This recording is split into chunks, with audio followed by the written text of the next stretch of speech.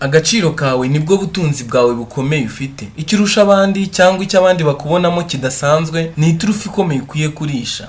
Ahantu hamwe umunsi umwe umuprofeseri yari ahagaze imbere y'abanyeshuri akuramo amadolari 100, abwira abanyeshuri ati uwumva ashaka aya mafaranga namanika urutoki. Bose bamanikira rimwe, arayafata ayaziringa hasi arayahindanya. Arongera arabaza ati ushaka aya mafaranga namanika urutoki. Bose barongera bamanikira rimwe, arongera arayafata arayapfunyapfunyika arapfunyarara, arangije ayacaho akantu gatoya.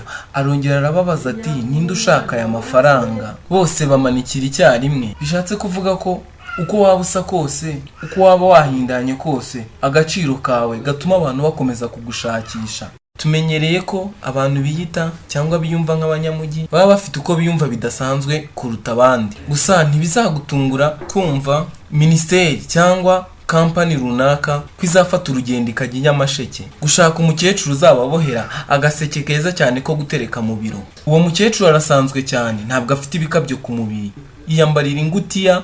Mu nzu ye afitemo intebe za kinyarwanda zimwe bita udusonga bugari. Ntibizagutangaza umugabo uvuye i Kigali muri za ntebe zizengurutse ko azaza agashyikirana na wa mukecuru yicaye kuri twa dusonga bugari.